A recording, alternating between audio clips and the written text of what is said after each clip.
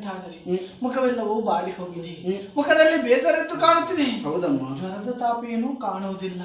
ಆದರೆ ನಿನ್ನ ಹಣೆ ನೋಡಿದೆ ಅಂತಾದರೆ ಹಣೆ ಒಡೆದು ರಕ್ತ ಸೋರುತ್ತಿದೆ. ಏನಾಯ್ತು ಕಂದ ನಿನಗೆ? ಏನ ಹೇಳೋದಮ್ಮ?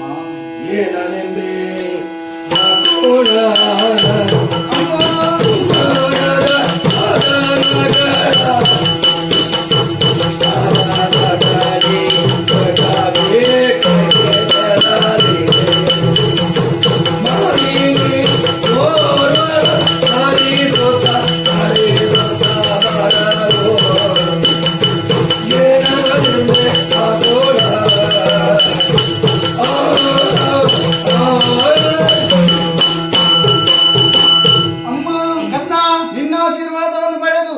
ಗಾಳಿಗೆ ಮೃಗವೇಟೆಯನ್ನು ಹೋದಂತಹ ಸಂದರ್ಭದಲ್ಲಿ ದೇಹ ದಣಿವನ್ನು ನೀಗಿಸುವುದಕ್ಕೆ ಬೇಕಾಗಿ ವಿಶ್ರಾಂತಿಯನ್ನು ಪಡೆಯುತ್ತಿದ್ದೆ ನಮ್ಮ. ಆ ಹೊತ್ತಿಗೆ ದೂರದಲ್ಲಿ ಸುಂದರಿಯಾದ ತರುಣಿಯರನ್ನು ಕಂಡೆ. ವಿಚಾರಿಸಿದೆ ನಮ್ಮ. ತೋಂಡಾದೇಶದ ಅಧಿಪ ಆಕಾಶರಾಯ ಧರಣಿದೇವಿ ದಂಪತಿಗಳ ಮಗಳಂತೆ, ಪದ್ಮಾವತಿಯಂತೆ. ಮುದ್ದು ಮುಖದ ಚೆಲುವೆ ಆಕೆ. ಬ್ರಹ್ಮನ ಸೃಷ್ಟಿಯಲ್ಲಿ ಈವರೆಗೆ ಅಂತಹ ಚೆಲುವನ್ನು ಕಂಡವ ನಾನಲ್ಲ. ಆಕೆಯನ್ನು ಕಂಡಾಕ್ಷಣದಲ್ಲಿ ಶ್ರೀನಿವಾಸನ ಜೀವನದಲ್ಲಿ ಮದುವೆ ಎಂಬುದಾಗಿ ನಡೆಯುವುದಿದ್ದರೆ ಅದು ಪದ್ಮಾವತಿಯೊಂದಿಗೆ ಮಾತ್ರ ಎಂಬುದಾಗಿ ನಿಶ್ಚಯಿಸಿದವನು ನಾನು. ಈ ಮೊದಲೇ ನನ್ನ ಮದುವೆಯನ್ನು ಕಾಣಬೇಕು ಎಂಬುದಾಗಿ ಹಂಬಲಿಸುತ್ತಾ ಇದ್ದವಳು ನೀನಲ್ವೇ.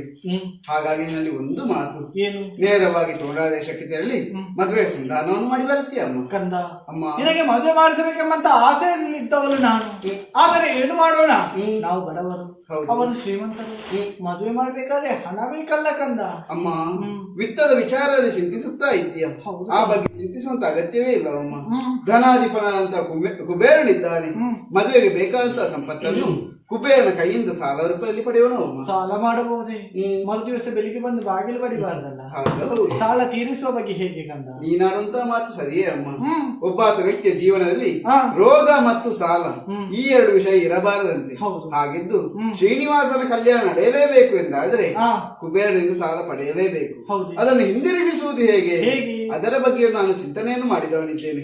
ಮುಂದಕ್ಕೆ ಲೋಕ ಕಲ್ಯಾಣಕ್ಕೆ ಬೇಕಾಗಿ ತೋಂಡಾ ದೇಶದ ತಿರುಪ್ರದೇಶದಲ್ಲಿ ಕಾಣುತ್ತಿರುವಂತಹ 7 ಬೆಟ್ಟಗಳಲ್ಲಿ ಒಂದಾದಂತಹ ವೆಂಕಟಾಚಲವೆಂಬಂತ ಬೆಟ್ಟದಲ್ಲಿ ಸಕಲರ ಸಂಕಟವನ್ನು ದೂರೀಕರಿಸುವಂತಹ ವೆಂಕಟರಮಣನಾಗಿ ತಿರುಪತಿ ತಿಮ್ಮಪ್ಪನಾಗಿ ನಾನು ನೆಲೆಗೊಳ್ಳುತ್ತೇನಮ್ಮ. ಆ ಹೊತ್ತಿಗೆ ಬರುವಂತಹ ಭಕ್ತರು ಭಕ್ತಿಯಿಂದ ಮುಡಿಪು ಎಂಬ ಕಾಣಿಕೆಯನ್ನು ತರುತ್ತಾರೆ. ಆ ಕಾಣಿಕೆಯಲ್ಲಿ 6ರಲ್ಲಿ 1 ಭಾಗವನ್ನು ಸಮುದ್ರರಾಜನ ಮುಖೇನವಾಗಿ ಕುಬೇರನಿಸುವಂತ ವ್ಯವಸ್ಥೆಯನ್ನು ಮಾಡುವ. ಈಗಿಂದೀಗಲೇ ತೋಂಡಾದೇಶಕ್ಕೆ ಹೋಗಿ ಹೆಣ್ಣು ಕೇಳಿ ಬರುತ್ತೇನೆ. ಈ ಮನೆಯಲ್ಲಿ ಶ್ರೀನಿವಾಸ ಕಲ್ಯಾಣದ ನಿರೀಕ್ಷೆಯಲ್ಲಿ